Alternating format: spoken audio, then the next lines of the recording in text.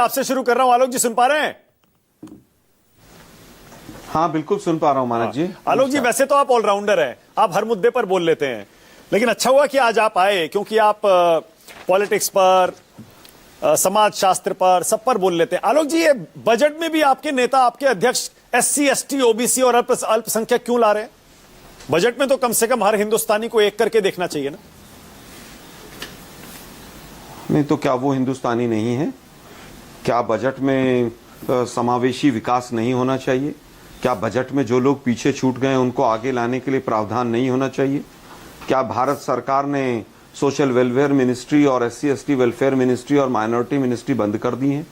मैं समझता हूं जब बजट आता है तो हर मिनिस्ट्री, हर डिपार्टमेंट के लिए क्या क्या है उस पर चर्चा होनी चाहिए। और स्वाभाविक है कि जो पिछड़ा है, गरीब है, मजदूर है, उसके लिए बजट में क्या है वो बहुत इंपॉर्टेंट है, इसमें कहीं कोई दो राय अच्छा नहीं। आलोक जी अगर आप बजट पर ना विस्तार से बोलिएगा, मैं बिल्कुल आपको टाइम दूंगा। आप तो आलोक जी खुद सामान्य वर्ग से आते हैं, ऊंची जाति से आते हैं, शर्मा हैं आप। आलोक जी, क्या सही है ये कहना कि पिछड़ों के साथ अन्याय होता है? सब जगह बजट में भी पिछड़ों के साथ अन्याय होता है, कॉलेजों में भी पिछड़ों के साथ अन्याय होता है, स्कूलों में भी होता है, समाज में भी होता है। आलोक जी देखिए, मैं समझता हूं जनरलाइज स्टेटमेंट किस कंटेक्स्ट में दी गई है, किस में नहीं दी गई है, वो उस समय की परिस्थिति पर निर्भर करता है। मैं समझता हूं बहुत से कानून ऐसे आए हैं पंडित जवाहरलाल नेहरू, डॉक्टर अंबेडकर के बाद, कि सबको प्रोटेक्शन देने के लिए, और समय समय पर सभी सरकारों ने काम भी किया है। तो उसमें कहीं पर ये कहना कि सभी के साथ, सभी दलितों के साथ या सभी एक वर्ग के, किसी भी एक वर्ग के साथ अन्याय होता है, मैं उससे बहुत सहमत नहीं हूं। अन्याय सभी वर्गों के साथ है। हम तो कह ही रहे हैं मोदी जी की सरकार है, नंबर सबका आएगा। आलोक जी ये हुई ना बात। आलोक जी आज आप छा गए। आलोक जी क्या बात है। आलोक जी मैं फैन हो गया आज आपका। जब कोई भी पार्टी कुछ इस मुद्दे पर बोलने को तैयार नहीं, आलोक जी खुलकर बोल रहे हैं। बिल्कुल गलत है ये कहना कि सिर्फ पिछड़ों, SC ST OBC के साथ अत्याचार होता है। वो कह रहे हर वर्ग के लोगों के साथ हो सकता है। आलोक जी बहुत बढ़िया। आलोक जी बोलिए, अपनी बात पूरी करिए। नहीं, मैं समझता हूं कि आज हमारा जो मूल उद्देश्य है वो बजट का है।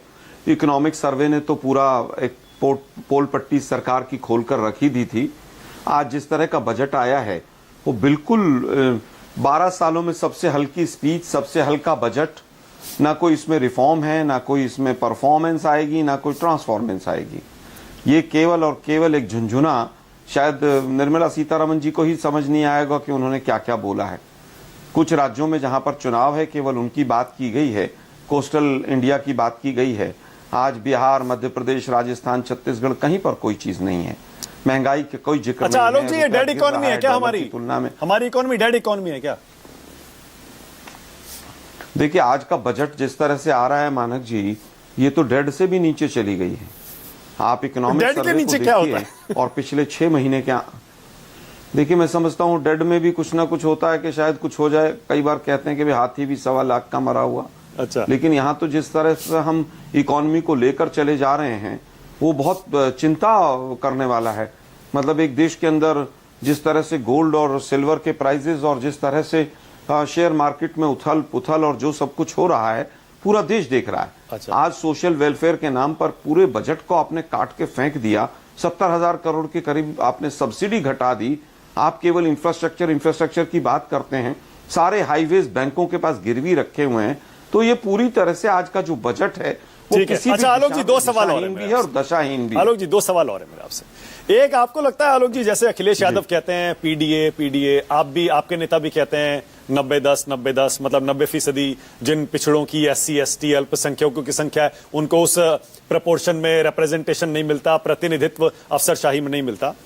आपको लगता है बजट में भी इसी तरह का प्रावधान पिछड़ों के लिए, SC ST OBC के लिए होना चाहिए? जैसे नौकरियों में रिजर्वेशन है, शिक्षण संस्थानों में रिजर्वेशन है, बजट में भी रिजर्वेशन होना चाहिए। देखिए, बजट में ऑलरेडी रिजर्वेशन है।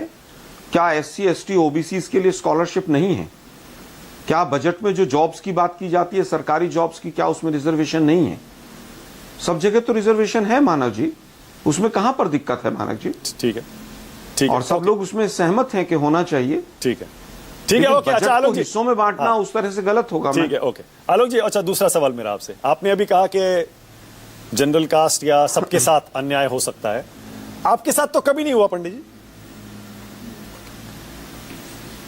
नहीं, देखिए, अब न्याय अन्याय की परिभाषा वो डिस्कस करना हो तो हम आपको किसी दिन फिर एक दिन कर लेते हैं, बैठ जाते हैं कि किस किस तरह से कहाँ न्याय हो रहा है, कहाँ अन्याय हो रहा है। हाँ। फिर तो कास्ट बेसिस पे सारे थानों के केसेस निकलवा लीजिए, किस किस के कास्ट बेसिस पे कितने पेंडिंग पड़े हैं, किस किस के एडमिशन नहीं हुए, किसके ऊपर लोन ज्यादा है, किसकी कुड़की ज्यादा है, फिर कास्ट बेसिस पे कर लीजिए। मुझे नहीं लगता कि इस तरह के कोई आंकड़े अवेलेबल हैं। मैंने कहा कि अन्याय किसी के साथ भी हो सकता है, वो अगड़ा हो, पिछड़ा हो। पिछड़ा क्योंकि गरीब रहता है, कहीं ना कहीं कमजोर रहता है, उस पर चांसेस ज्यादा रहते हैं। जो धनवान है, अगड़ा है, वो किसी भी जाति का हो सकता है। मैं समझता हूं कि SC ST भी बहुत से लोग ऐसे हैं जो बहुत मजबूत हैं, बहुत धनाढ़े हैं, सब कुछ है उनके पास, उनको शायद उतना न्याय अन्याय का फर्क ना पड़ता हो। लेकिन एक गरीब ब्राह्मण अगर बनारस का है और एक गरीब ब्राह्मण अगर बिहार का है और वो बिल्कुल गरीब है, तो उसके ऊपर उतना ही असर पड़ेगा न्याय अन्याय का। मैं समझता हूं इसको जनरलाइज करके डिस्कशन नहीं होना चाहिए। कोई कानून बनता है तो उसके नेगेटिव, पॉजिटिव, प्लस माइनस सब देखने चाहिए। आलोक जी बहुत बढ़िया, क्या बात है, क्या मन से अपनी दिल की बात खरी खरी आलोक जी कह देते हैं। तो आपके हाँ नहीं तो आलोक जी, फिर आपके नेता क्यों कह रहे हैं कि पिछड़ों के लिए, SC ST OBC के लिए, अल्पसंख्यकों के लिए इस बजट में कुछ नहीं दिया गया? क्यों कह रहे हैं फिर वो ये बात? क्योंकि हर बजट में होता है, हर बजट में होता है, और इस सरकार का नारा है सबका साथ सबका विकास। इसलिए हम सवाल उठा रहे हैं कि आपकी कथनी और करनी में फर्क है। ठीक। आप पिछड़ों को आगे नहीं लाने देना चाहते हैं। आप मेडिकल हब्स की बात करते हैं रीजनल, लेकिन वो अडानी के लिए रिजर्व कर देते हैं, ऐसा प्रतीत होता है, क्योंकि आपने प्राइवेट सेक्टर को खोल दिया उसके अंदर। आप इनकम टैक्स की स्लैब को आगे नहीं बढ़ाते हैं, तो लगता है कि सबका साथ सबका विकास नहीं। जिस दिन से मेक इन इंडिया 2015 से शुरू हुआ, आपका एक्सपोर्ट और इंपोर्ट का गैप 2.5 गुना बढ़ गया। मतलब एक तरफ आप मेक इन इंडिया का नारा देते हैं और इंपोर्ट 2.5 गुना बढ़ जाता है। ठीक है, ओके। तो